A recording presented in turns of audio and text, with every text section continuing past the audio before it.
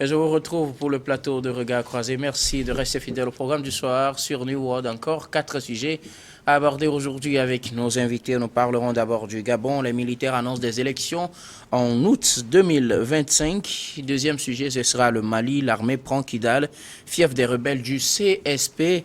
Nous irons à la pause puis on reviendra pour notre troisième sujet. Éthiopie, Abiy Ahmed veut toujours un accès à la mer, mais n'envahira pas d'autres pays. Puis nous terminerons bien évidemment par le Togo. Le dernier bataillon togolais de la MINUSMA a regagné Lomé ce lundi. Et pour en parler ce soir, deux invités sur ce plateau. Avec moi, Louis Kamako. Vous êtes journaliste et analyste politique. Bonsoir Louis et bienvenue. Bonsoir, cher docteur. Bonsoir à toutes et à tous. Et notre deuxième invité aujourd'hui, Germain Pouli. Vous êtes journaliste également, directeur de publication de Togo Réveil. Bonsoir Germain et bienvenue. Bonsoir docteur, bonsoir à tous les téléspectateurs de Niveau TV. Avec vous, nous abordons notre premier sujet, direction le Gabon. Les militaires annoncent des élections en août 2025. L'on attendait justement la définition de la durée de la transition au Gabon après la prise du pouvoir par la militaire le 30 août dernier, prise de pouvoir en renversant Ali Bongo au terme de son deuxième mandat. Les attentes étaient orientées vers la définition de la durée de la transition.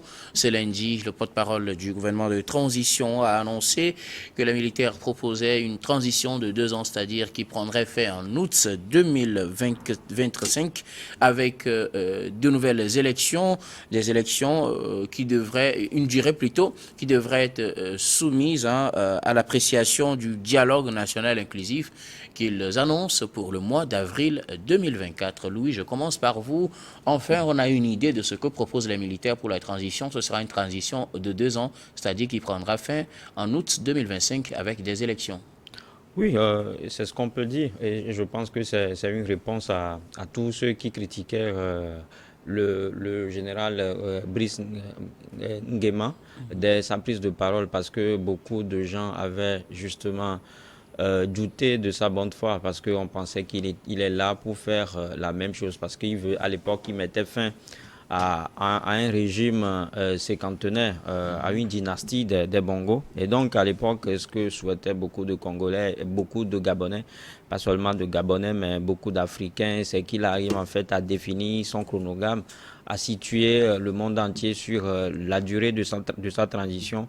Aujourd'hui, je pense il est arrivé à le faire. Il part de 2 ans, ce qui est normal parce que quand vous prenez ce qui se fait ou bien ce que disent conventionnellement les thèses pour la durée de transition, ça doit être entre 2 ou 3 ans et ça dépend de la situation de chaque pays. Et donc le général Nguema a trouvé que 2 ans suffisent pour lui justement pour remettre le pouvoir aux civils. Et il a fait, et je pense que c'est quelqu'un qui est tout droit dans ses bottes et c'est quelqu'un qui avance sans pression. Parce que quand vous voyez ce qui s'est passé ailleurs, quand vous voyez comment est-ce qu'un pays comme le Mali, comme le Burkina Faso ou bien comme le Niger ont été mis sous pression des organisations internationales, ça n'a pas été le cas pour le Gabon. Ce coup d'État a été d'une manière ou d'une autre unanimement et salué par beaucoup de personnes. Donc aujourd'hui, il pense il a le vent en poupe et il est en train de prouver justement à la face du monde que il est justement là pour donner le Gabon aux Gabonais et on a vu que depuis là, il a pu effectuer facilement certaines tournées à l'international. Il a rencontré certains pays, certains présidents. Il est en train de polir d'abord la diplomatie gabonaise et on apprend également qu'il a pu justement éponger certaines dettes du Gabon, la dette qui est estimée à plus de 7 500 milliards de francs CFA. Et il a essayé d'éponger tout ça. Donc je pense que c'est un bon début. C'est un bon début pour, entre guillemets, un putiste qui, justement, veut rompre avec l'ancien système. Germain Pouli, les militaires ont en fait situé l'opinion ce lundi en annonçant leur intention, du moins leur proposition pour la durée de la transition. Ils proposent 2 ans, c'est-à-dire une transition qui doit prendre fin en août 2025. Oui, c'est l'une des rares fois que on reçoit ce genre d'annonce de bonnes nouvelles en fait pour les populations généralement parce que habituellement on l'a vu dans certains pays où il y a récemment les coups d'État, les militaires sont restés d'abord silencieux sur la transition. Ça a duré son contenu. Ou quand ils ont été contraints de définir clairement la transition, certains sont allés demander 4 ans avant de revenir et pour finalement les assumer finalement les 4 ans. D'autres encore hésitent à définir le calendrier de la transition malgré les pressions internationales. Et donc c'est dire qu'au Gabon, on assiste à une situation assez inédite où à l'issue d'une élection présidentielle, l'armée intervient tout simplement pour disons, annuler le scrutin. Au moment où l'opposition s'attendait à ce qu'on rétablisse la vérité des urnes, l'armée a choisi plutôt d'annuler le scrutin. Alors, depuis quelques jours, on constate qu'il y a un calendrier bien ficelé, que la transition, si on prend en mot l'armée, c'est qu'elle ne saurait excéder 2 ans.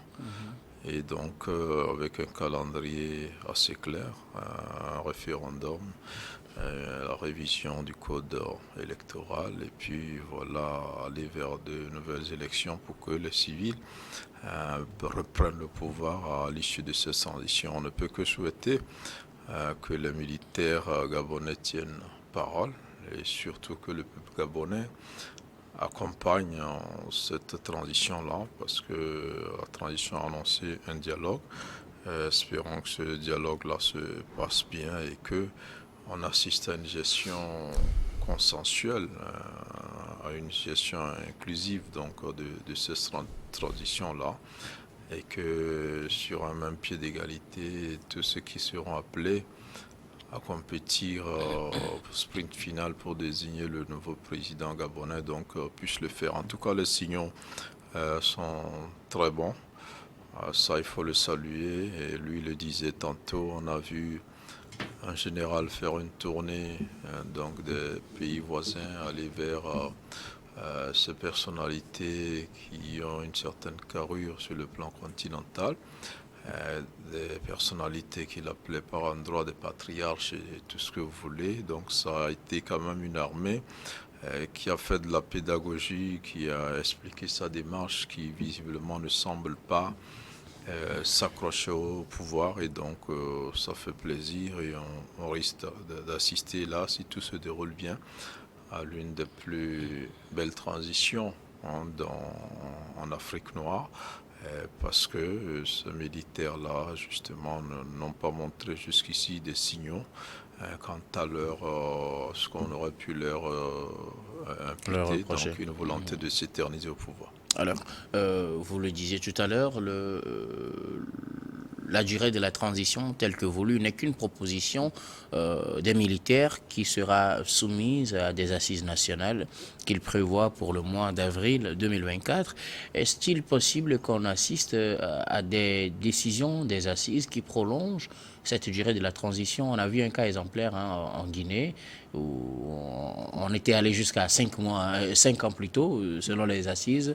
Est-ce qu'il est possible aujourd'hui que ce soit finalement une stratégie pour aduber les gens, et qu'au final, dans les assises, les gens disent non, comme vous avez bien commencé, on vous donne jusqu'à 5 ans pour mettre fin à la transition?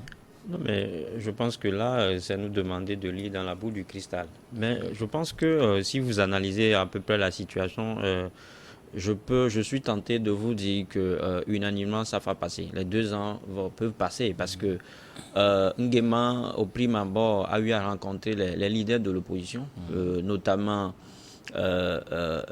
celui à qui le pouvoir en réalité devait se destiner à la dernière présidentielle. Je veux parler de Andoa Ondosa. Et lui, il a rencontré en privé, contrairement aux autres partis d'opposition qu'il a rencontrés en groupe.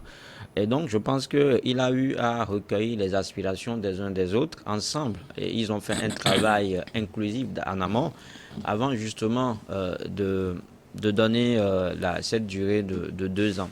2 ans pour le Gabon, je pense que ça peut faire l'affaire. Ça peut faire l'affaire parce que quand vous voyez, je le disais tout à l'heure, la manière dont ce coup d'État même a été accueilli, ça a été une liesse populaire. Et je pense que je ne me ferai pas taper sur tous les doigts si je le dis de façon affirmative, parce que tout le monde était d'accord qu'au Gabon, les choses n'allaient pas véritablement et qu'à un moment donné, il va falloir mettre fin à ce qu'on appelle gabegie financière, à ce qu'on appelle le despotisme, à ce qu'on appelle l'arbitraire. Et donc, le général a fini par le faire. C'est vrai que au début, les gens pensaient que c'était une révolution de palais parce que Nguema était proche des Mbongo. Mais il a rassuré tout le monde. Et ce qui, moi, m'intéresse, parce qu'après tout, l'homme par nature est croyant. C'est-à-dire qu'à chaque fois qu'il veut poser un acte, il prend la Bible à témoin. C'est-à-dire que c'est une sorte pour lui de jurer devant Dieu et devant les hommes que tout ce qu'il fera, il le fera dans la crainte de Dieu. Et moi, ça me rassure, effectivement. Et donc, aujourd'hui, il est dans cette logique-là. Et à l'époque, il disait qu'il mettra tout en œuvre pour remettre le pouvoir aux civils, au temps opportun. Et donc, il est dans une dynamique, il est dans une démarche cohérente aujourd'hui. Donc, c'est pourquoi je trouve que cette durée-là devait normalement recevoir l'assentiment de tous les Gabonais qui, justement, aspiraient depuis à ce changement. Parce que quand vous parlez de transition, c'est 3 étapes qui sont observées. Je pense que la première étape a été déjà observée, c'est la fin. C'est-à-dire que cette période-là où les Gabonais se sont révoltés contre le régime Bongo. Et c'est ce qui a amené ce coup d'État le 30 août dernier. 2023. Donc après, actuellement, ils sont dans une zone neutre. C'est-à-dire que dans une area, il y a tellement d'incertitudes. Vous ne savez pas par où commencer et par où terminer. Ils sont dans cette zone-là actuellement. Maintenant, d'après 2025, justement, ce sera la fin c'est-à-dire ce sera un nouveau départ pour le Gabon. C'est-à-dire que le moment où les élections seront organisées et que le pouvoir sera restitué, donc le Gabon viendra et ce sera sur de nouveaux rails. Et donc c'est pour ça que je dis qu'unanimement, les 2 ans-là peuvent faire l'affaire au Gabon. Et ça ne sera pas prolongé. Est-ce que vous pensez que les 2 ans ne seront pas prolongés après, peut-être par la population, parce que, comme l'a dit Louis, Brice Oligui Nguema est en train de rassurer, du moins la plupart des Gabonais à travers ses actions. Est-ce que cela ne va pas lui valoir un bonus de quelques années pour la transition? Oui, c'est vrai que ça lui vaut déjà la sympathie de certains Gabonais qui sont même tentés de vouloir lui accorder plus de temps pour qu'il mette de l'ordre dans le pays parce que malheureusement il y a une frange de la population, de population dans certains pays en Afrique qui pensent qu'avec l'armée on peut mettre de l'ordre dans le pays. Certains le pensent évidemment. Mais comme vous l'avez dit, s'il réussit cette transition-là, en tout cas, quand on voit déjà ce qu'il annonce, ce qu'il veut faire, il va s'attirer une énorme sympathie des Gabonais. Ça me rappelle à l'époque ce qu'avait fait le président malien Amanitou Mani Touré, qui, après avoir renversé le président Moussa Traoré, donc, avait remis le pouvoir aux civils au moment certain. Pensait qu'il allait continuer ou était prêt à lui demander de continuer. Cela lui a valu finalement de revenir comme civil au pouvoir et d'être élu au lendemain. Même si la fin n'a pas été ce qu'on aurait souhaité, il a quand même été un très bel exemple pour les militaires qui prennent le pouvoir et qui ont envie de l'exercer plus tard, qui passent la main aux civils, qui s'organisent pour revenir avec les outils qu'il faut et briguer donc la magistrature suprême. Donc ce n'est pas exclu que si ce général... Que s'il gère bien la transition, qu'il redevienne candidat à la présidentielle. Qu'il puisse être un civil en qui on peut faire confiance, à qui on trouve une certaine probité, beaucoup d'intégrité et qu'on pense qu'il peut faire l'affaire. Mais c'est déjà bien qu'il laisse le pouvoir. Peut-être qu'il se sentira mieux de reprendre son devoir de militaire et défendre la nation là où il était. Mais s'il a des ambitions politiques, cette transition-là pourrait lui être assez bénéfique. s'il arrive à la diriger avec beaucoup de succès, ce que les Gabonais lui reconnaîtront donc pour longtemps, et qu'après, s'il s'organise à travers une formation politique ou à travers un groupe de partis politiques, il pourrait rebondir, mais je ne pense pas qu'il soit dans ce schéma-là. Il va aider le Gabon comme il peut. Il a été assez proche d'Ali Bongo, il était aussi proche de Omar Bongo. Et aujourd'hui, on voit qu'il a donné une retraite forcée à Ali Bongo.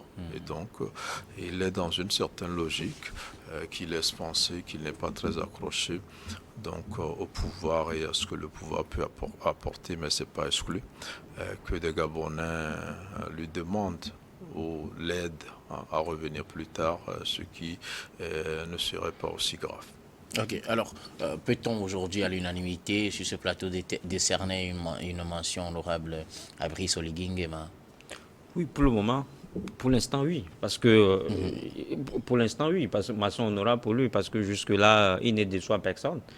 Et ce qui était important, je le disais, c'est-à-dire que beaucoup s'attendaient à ce qu'il donne en fait un chronogramme digne de son nom, un chronogramme en fait succinct et cohérent en fait de la durée de la transition. Aujourd'hui, il est arrivé, il est allé à le faire. Et même à l'intérieur du pays, vous allez remarquer que même au sein de la classe politique de l'opposition, il est en train de faire l'unanimité. Parce qu'il a compris que pour que le Gabon avance, il faut que tout le monde travaille de façon collégiale. Il faut une unicité de toutes les forces démocratiques de la nation. Et c'est ce qu'il est en train de faire. Et donc, quand vous êtes comme ça, quand vous perpétrez un coup d'État et que vous ne mettez personne de côté, vous êtes peut-être dans la peau d'un rassembleur, d'un fédérateur, on ne peut que vous adouber, on ne peut que vous féliciter. Et donc, puisqu'il est en train d'agir de la sorte, je pense que mention honorable lui peut être décernée aujourd'hui.